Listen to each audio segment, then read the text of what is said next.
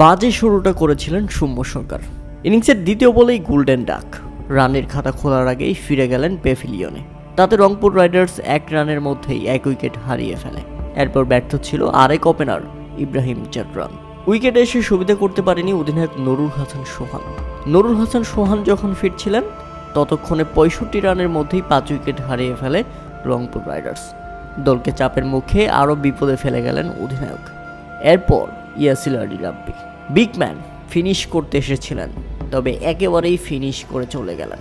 3 বলে 4 রান করে যখন ফিরছিলেন 72 রানের মধ্যেই রংপুর রাইডার্স তখন হারিয়ে ফেলে 7 উইকেট এবং শেষ পর্যন্ত 79 রানের মধ্যেই অল আউট।